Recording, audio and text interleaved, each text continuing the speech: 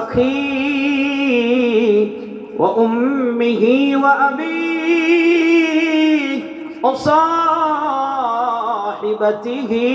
وبنيه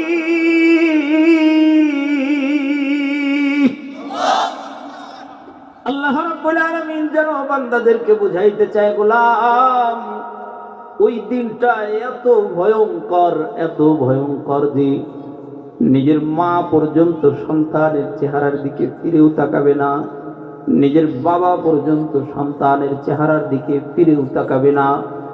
আপন ভাই দেখে পলায়ন করে চলে যাবে, আপন ভাই বোনকে দেখে পলায়ন করে যাবে, ভাইয়ের দিকে চেহারার দিকে বোন ফিরেও তাকাবে না।